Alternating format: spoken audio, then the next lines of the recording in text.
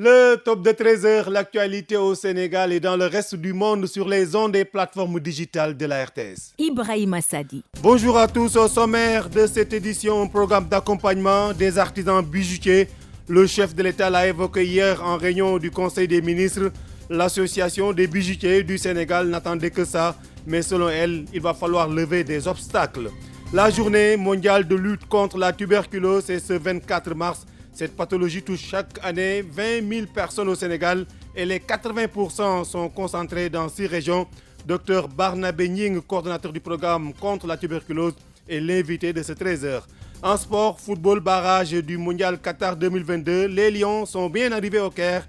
Ils jouent demain contre les Pharaons. Et puis l'actualité internationale, le magazine du Forum de l'eau vont compléter cette édition d'information. Radio Sénégal, l'info en toute responsabilité. Ibrahima Sadi. En compagnie de Medoun Fall et Thiaba Djemé à la technique, le chef de l'État invite le ministre de l'Artisanat de mettre en place un programme d'accompagnement des bijoutiers. Il l'a dit hier lors de la réunion hebdomadaire du Conseil des ministres. Et l'Association des bijoutiers du Sénégal applaudit demain pour son président. Tout leur produit à Kédougou est exporté. Mais pour le ministre de l'Artisanat, si les bijoutiers locaux n'ont pas accès à cet or, c'est que se pose le problème de la TVA. Les bijoutiers veulent que le produit fini soit taxé, mais pour le ministère des Finances, la TVA doit s'appliquer sur le produit brut. Surtout cela, suivant les explications de Papa Malik Ndao. Le président de l'Association des artisans bijoutiers du Sénégal ne peut s'empêcher de dire merci au chef de l'État, Ibrahima Niang. On est vraiment content de cet acte-là. Le président, il nous a écoutés. C'est que depuis 30 ans, l'association se bat pour avoir accès à leurs produits au Sénégal. Depuis 1994, on est en train de parler toujours pour avoir de l'or. Tout l'or qu'on exploite ici, c'est à exporter. Et les bijoutiers, en ce moment-là, ils n'ont pas accès à cet or qu'on exploite ici. Cela peut sembler paradoxal que les bijoutiers locaux ne voient pas l'or produit à Kédougou. Mais pour le ministre de l'Artisanat, le problème se situe au niveau de la TVA. Pape Amadou Ndiaye. Le Sénégal produit de l'or, mais les artisans ont des difficultés à y avoir accès. Le problème, c'est que c'est au niveau de la TVA, c'est-à-dire la taxe. Les artisans pensent que la taxe doit être payée après avoir travaillé l'or. Tandis que le ministère des Finances veut que la taxe soit payée à partir de l'or. Ils considèrent non pas comme une matière première, mais ils considèrent l'or comme un produit.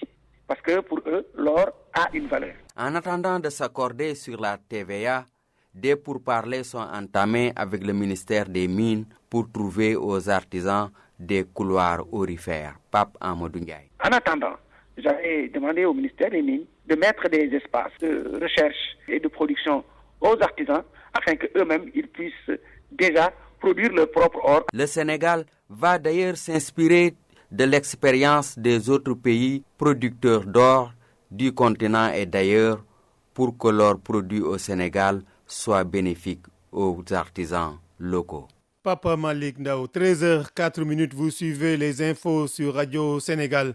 D'abord les chiffres du jour sur le Covid-19 au Sénégal. Aucun décès lié à la maladie, 4 nouvelles contaminations, 1 cas grave et 4 patients guéris, selon le bulletin du jour du ministère de la Santé et de l'Action sociale qui fait état de 1048 tests réalisés.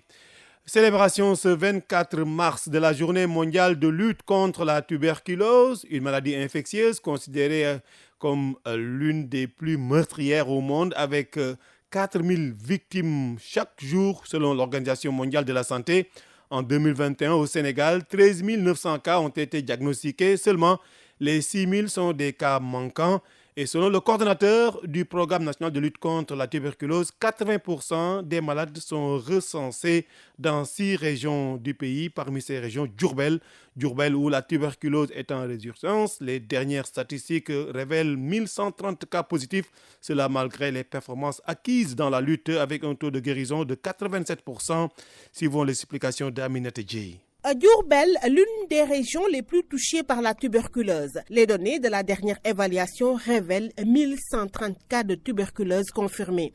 Ils sont tous suivis et pris en charge dans les 5 centres de traitement de la maladie à Diourbel.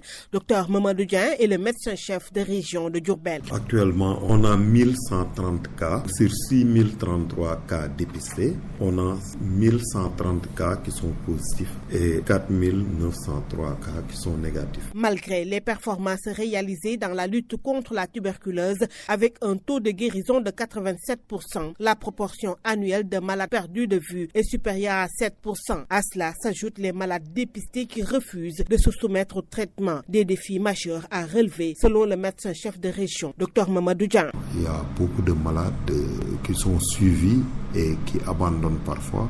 Le taux d'abandon est aujourd'hui à 7,3.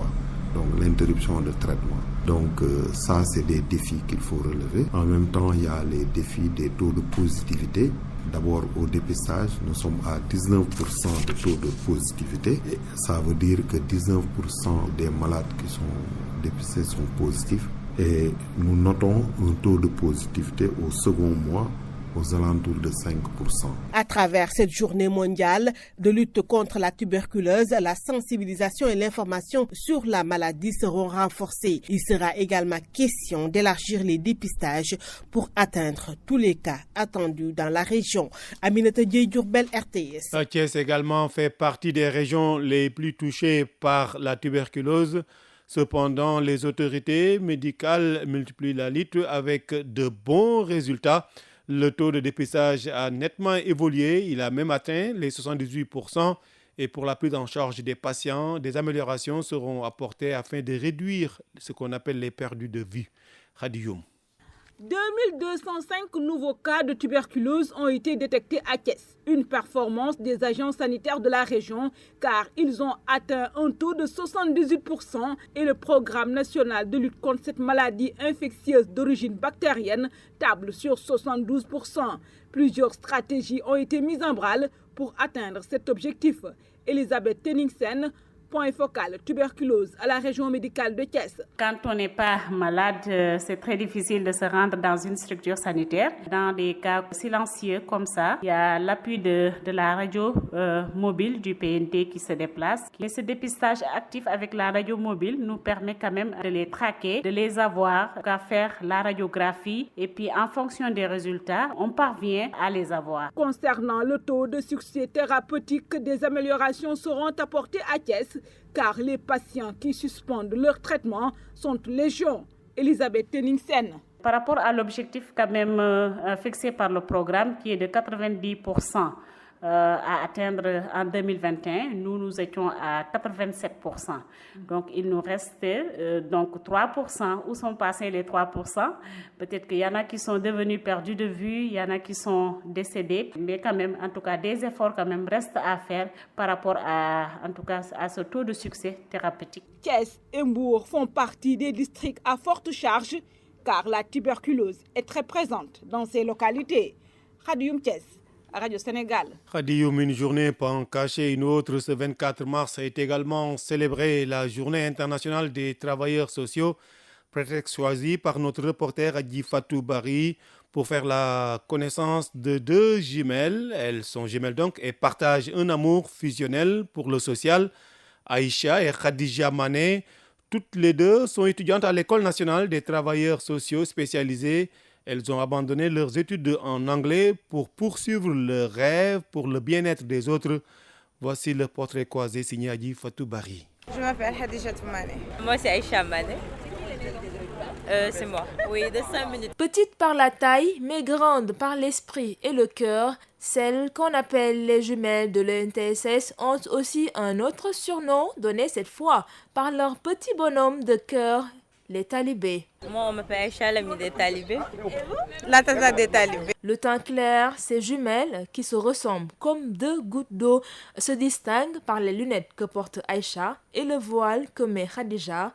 Le social, cela a toujours été leur passion et pour montrer leur attachement à ces petites âmes innocentes errant à toute heure dans les rues et ruelles en quête de pitance, les jumelles Aïcha et Khadija ont tout bonnement mis sur pied une association dénommée le bien-être des autres. Pendant la pandémie, on leur a demandé comment vous faites pour avoir de la nourriture, sachant que vous allez dans la rue. Ils ont dit que c'était vraiment difficile parce qu'avec la pandémie, les gens étaient un peu réticents à l'idée de les accueillir chez eux. Du coup, on s'est dit pourquoi pas ne pas commencer à faire des collectes. Après l'obtention de leur baccalauréat en 2017, ces anciennes étudiantes au département d'anglais de l'UQAD ont décidé de poursuivre leurs études en se spécialisant. Pour avoir plus de connaissances, renforcer nos capacités, etc. Pour avoir plus d'expérience et le diplôme aussi pour pouvoir travailler légalement dans ce que nous sommes en train de faire. La détermination en bandoulière, nos deux futures travailleuses sociales comptent mettre toutes les chances de leur côté pour continuer à persévérer et faire carrière dans le seul et unique chemin qui les a passionnées et continue de l'être, le social. Voilà, 13h10, la même heure à Ziguinchor. Younous Diédiou, bonjour. Bonjour Ibrahim Sadi. Ce matin, à la barre des accusés, dans le cadre du procès des tueries de Bofa Bayotte, Abdou Sané, vous confirmez? Oui, tout à fait. Retenez donc qu'on est en train de juger aujourd'hui Abdou Sané. En tout cas, c'est le premier à comparaître au niveau de chambre criminelle de la cour de la chambre criminelle du tribunal de grande instance de Ziguinchor pour la session 2022. Il se nomme Abdou Sané et c'est le seul à comparaître aujourd'hui au 4e jour comme accusé. Lui donc est agent de santé communautaire au niveau du poste de santé de Toubacouta. Depuis le matin, la cour est en train de s'intéresser à son agenda, aussi bien la veille de la tuerie que le jour de la tuerie. Il est catégorique, il était aussi bien la veille que le vendredi, c'est-à-dire le vendredi que le samedi au niveau du poste de santé. Il a eu à préciser que généralement les samedis et les dimanches, il ne travaille pas, mais quand il y a des programmes spéciaux, comme ce fut le cas, puisque ce jour-ci devait se tenir une assemblée générale bilan. Alors, il a été donc confronté à un de ses anciens patrons. Il se nomme Nicolas Diata. Il était à l'époque l'infirmier chef de poste de Toubacouta. Celui-ci s'est voulu catégorique la veille. Il était avec lui. Il travaillait sur le bilan à présenter le lendemain. Mais le samedi matin, au moment des faits, il a été catégorique. Abdou Sané, contrairement à ses allégations, n'y était pas.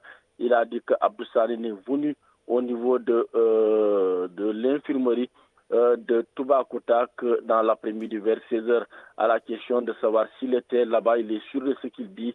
Il a même avancé qu'il habite au niveau du poste de santé et qu'il connaît son personnel qui a des effectifs réduits. Pour mieux étayer ce qu'il a dit, il a prétendu avoir même dressé une liste aux enquêteurs à l'époque pour déterminer la liste exacte de ce qui était au niveau du poste de santé au moment des faits. Autre témoin à se présenter, il se nomme Sidat Bassen. Lui, c'est aussi un rescapé. Il a été bastonné au moment de la tuerie. Au moment de passer à l'acte, il a pris son courage à deux mains, s'est enfui et a échappé à la tuerie.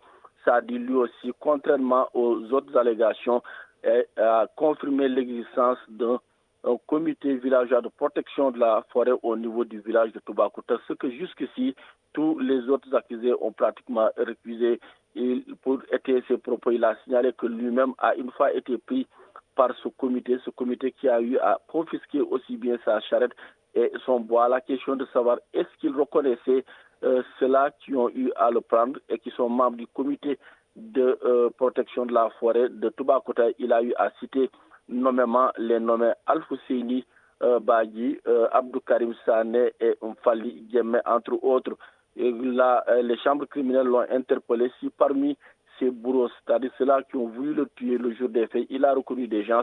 Il a expliqué que pour l'essentiel, ils étaient encagoulés et qu'il ne pouvait pas les reconnaître. C'était là donc ce qu'on pouvait retenir au niveau du 4e jour de procès de l'affaire de la tuerie de Bofa Bayotte. Présentement, on observe une pause et les travaux vont démarrer vers 15h. Voilà, merci à vous, Younous Diédiou, en direct de Ziguinchor. Le monde bouge et vous devez le savoir. C'est pourquoi Radio Sénégal vous tient informé des faits, gestes et paroles qui impactent la marche du monde. C'est géo, c'est politique et c'est international. L'actualité à l'étranger, les chefs d'État ouest-africains se réuniront une nouvelle fois demain à Accra au Ghana pour parler de la situation au Mali Cette fois, le président malien de transition, le colonel Assimi Goïta, est invité à y participer. En Somalie, plus de 30 personnes ont été tuées dans une double attaque mercredi soir dans le centre du pays. Les deux attaques ont ciblé Baladewen. Elles ont été attribuées aux islamistes radicaux des Chebab.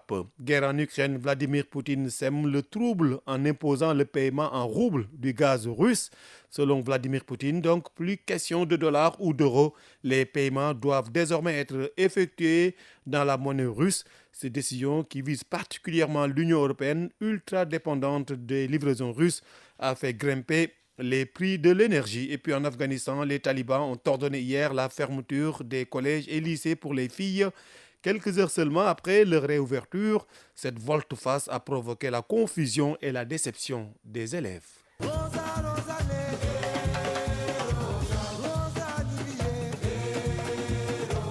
Une double confrontation, un seul ticket. Gagner une Coupe d'Afrique, c'est très bien. Mais je vous dis, ce n'est pas une fin en soi. Lions et Pharaons se retrouvent 50 jours après la finale de la CAN 2021. Sadio Mané qui a le sacre au bout du pied. Sadio Mané. Le Sénégal champion d'Afrique. Le Sénégal champion d'Afrique.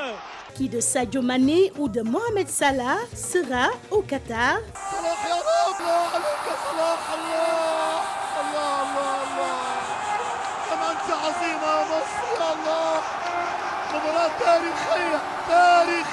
Radio Sénégal vous fera vivre cette double confrontation Égypte-Sénégal et Sénégal-Égypte en direct et en intégralité.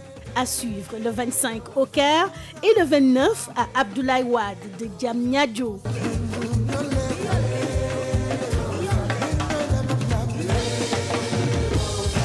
Tanaka Ndiaye, bonjour. Bonjour, Ibrahima Sadi. En ouverture de cette page des sports, les nouvelles des Lions du Sénégal arrivées hier au Caire. Oui, alors tous les regards, les oreilles tournées vers les pyramides du Caire. Ce match allait des barrages de la Coupe du Monde Qatar 2022. Les Lions du Sénégal qui sont arrivés hier en Égypte et qui vont faire leur premier et dernier galop d'entraînement. Ce sera au stade international du Caire. Les Lions du Sénégal, en tout cas pour l'instant, affichent la sérénité. Il faut dire que les hommes de Aliou Cissé, en tout cas pour l'instant, le groupe est au complet. Papa Abdou Cissé, qui était justement là-bas, l'éclopé, il a rejoint le groupe pour dire simplement que ces Lions du Sénégal affichent une confiance, mais aussi, en tout cas, on est en forme, disent certains. Et que dire de leur adversaire? Alors, leur adversaire, la tête pensante des pharaons d'Égypte, il s'agit bien sûr de Mohamed Salah. Alors lui, il le dit à qui veut l'entendre, nous allons nous qualifier pour la Coupe du Monde. Notre vœu, c'est de nous qualifier à la Coupe du Monde. Alors Mohamed Salah, c'est vrai qu'il le dit, Mohamed Salah qui dit, nous allons tout donner pour participer à cette Coupe du Monde. Et puis, le ministre des Sports, il s'agit bien sûr celui-là, Achraf Sobi, lui, il a déclaré que tout le peuple est derrière vous. Il était venu et assisté à l'entraînement des pharaons d'Égypte, mais également une autre déclaration. Il s'agit bien sûr de celle de Kérez, l'entraîneur de l'équipe de l'Égypte. Alors lui, il a été très clair. Cette rencontre est une finale de Coupe du Monde.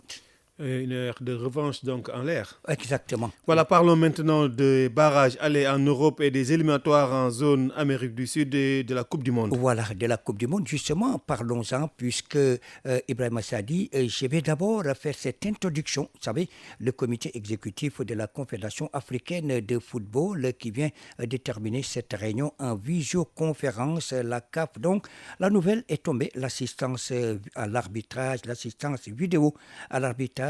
La VAR sera donc utilisé dès demain et donc le match retour des éliminatoires, donc des barrages.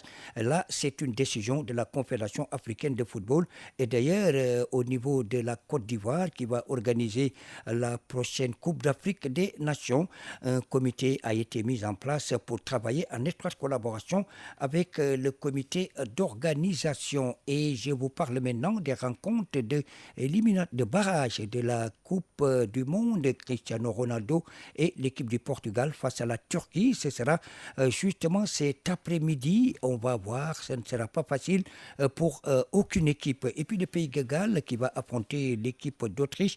La Suède fera face à la République tchèque. Et je vous amène là-bas du côté de l'Amérique du Sud, puisque avec les éliminatoires, le Brésil qui va recevoir le Chili, la Colombie fait face à la Bolivie et l'Équateur qui rend visite à l'équipe du Salvador. Et puis, Tandara, chez nous, le derby de la banlieue pour le compte de la 14e journée de la Ligue 1 n'a pas connu de vainqueur hier. Oui, le derby n'a pas connu de vainqueur puisque simplement, il y a eu match nul 0-0, mais les équipes qui étaient en lice, à savoir l'équipe de l'AS Pikine et Guédiawaye Football Club a traîné beaucoup de monde. Ils étaient véritablement, ils ont rempli le stade là-bas du côté de Guédiawaye. Je vous propose justement à la fin de cette rencontre des déclarations d'entraîneur avec cette rude bataille. Mais là, c'est donc Massamba Cissé, l'entraîneur de l'équipe de Pikine, qui, justement, au micro de Eladji Samba, lui, c'est l'entraîneur, mais c'est au micro de Seydina Alioune Diop, notre reporter. Ils ont fait ce qu'il fallait, ils ont respecté les consignes malgré l'intensité qui était autour du stade. Mais bon, je pense qu'ils ont fait l'essentiel. C'est un bon point, d'autant plus qu'on a fait une première période assez bon. Mais en deuxième période, on a vu d'autres équipes de l'AS Pikine qui ont joué, qui ont déroulé. Moi, je pense qu'on pouvait gagner Guédiawaye par 2-0. On n'aurait rien dit. Mais bon, c'est comme ça. Et ce n'est que partie remise. On va continuer à travailler. Nous jouons au championnat. Ce n'est pas de faire match nul que tu vas gagner le championnat ou perdre le championnat. Maintenant, il faut travailler et continuer à travailler tout le temps, continuer à travailler. En première période, nous, on a déjoué, mais aussi Guédiawaye ne voulait pas jouer. D'emblée de jeu, vous avez vu, ils ont refusé de jouer, le gardien qui tombait par ça, par ici, par là. Et ça n'a pas favorisé le jeu. Mais en deuxième période, ils pensaient qu'avec le vent, ils pouvaient nous pousser. Mais malheureusement pour nous, on a fait des changements avec des jeunes très techniques. Et puis voilà, ils ont osé jouer, ils ont osé dérouler. Et puis voilà, moi je pense qu'on aura des regrets.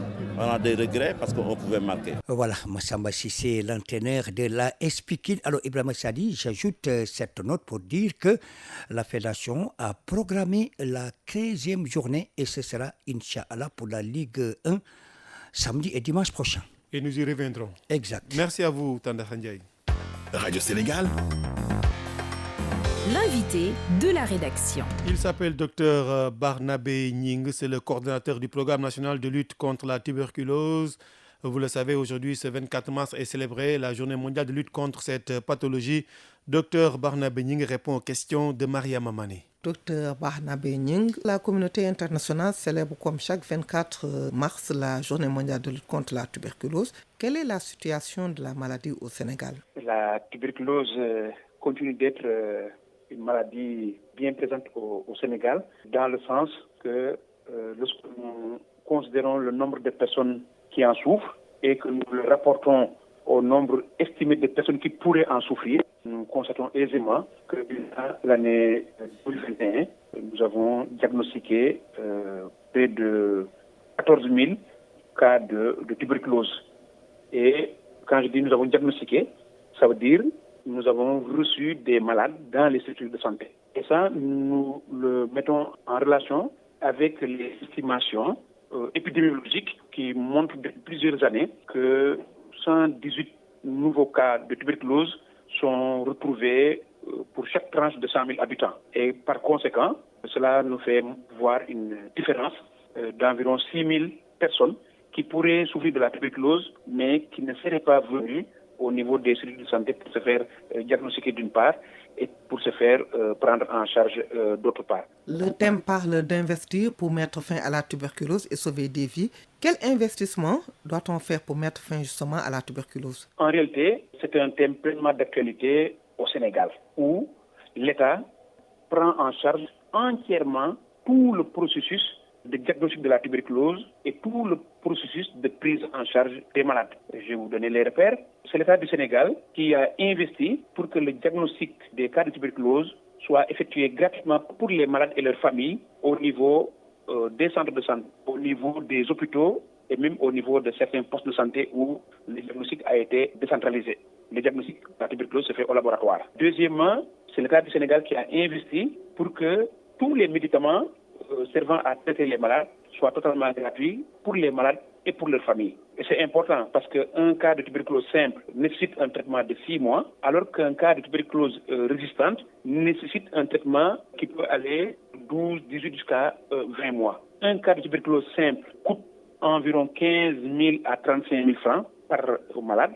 Un cas de tuberculose compliqué ou tuberculose résistante coûte à l'État du Sénégal entre 1,5 million à 5 millions, suivant le niveau de gravité et donc de la tuberculose. Beaucoup de cas sont encore diagnostiqués. Qu'est-ce qui explique cela? Alors, la tuberculose est une maladie contagieuse. Elle se transmet par voie aérienne. La tuberculose a des modes de propagation qui sont facilités par la promiscuité et rassemblement humain, par les mauvaises conditions d'hygiène qui sont favorisées par l'insalubrité, etc. Et parler des modes de propagation ou de transmission de la tuberculose en 2022 est plus aisé parce que la tuberculose se transmet à peu près dans les mêmes circonstances que la COVID-19. Et comme depuis 2020, le Sénégal est en train de riposter contre la COVID-19, les méthodes barrières sont les mêmes méthodes barrières totalement efficaces contre la tuberculose. Permettez-moi d'ailleurs de rappeler qu'en réalité, les méthodes barrières de la COVID-19 ont été inspirées des méthodes barrières de la tuberculose. Quelles sont les localités les plus touchées? Il y a 6 régions au Sénégal qui concentrent plus de 80% de l'ensemble des cas de tuberculose sont les régions de Dakar, Diourbel, Kaolack, Saint-Louis et Ziguinchor. Au sein de ces 6 régions, la seule région de Dakar concentre environ 44% de tous les cas de tuberculose du pays. Maintenant, dans les 8 autres régions administratives du Sénégal, nous retrouvons moins de 20% du nombre de cas de tuberculose au Sénégal. Docteur Bahna Benying, je vous remercie. Je rappelle que vous êtes le coordonnateur du programme de lutte contre la tuberculose. Voilà, ainsi se referme cette édition d'information. Mise en onde Medoun Fall, Digital Thiaba Diémé, à la distribution Ousmane Diop, fabrication Amadou Ndiaye, réalisation Thierno Souleymane Diallo et Ousmane Beng, coordination de Maling Bouch. L'info continue sur Radio Sénégal. Merci.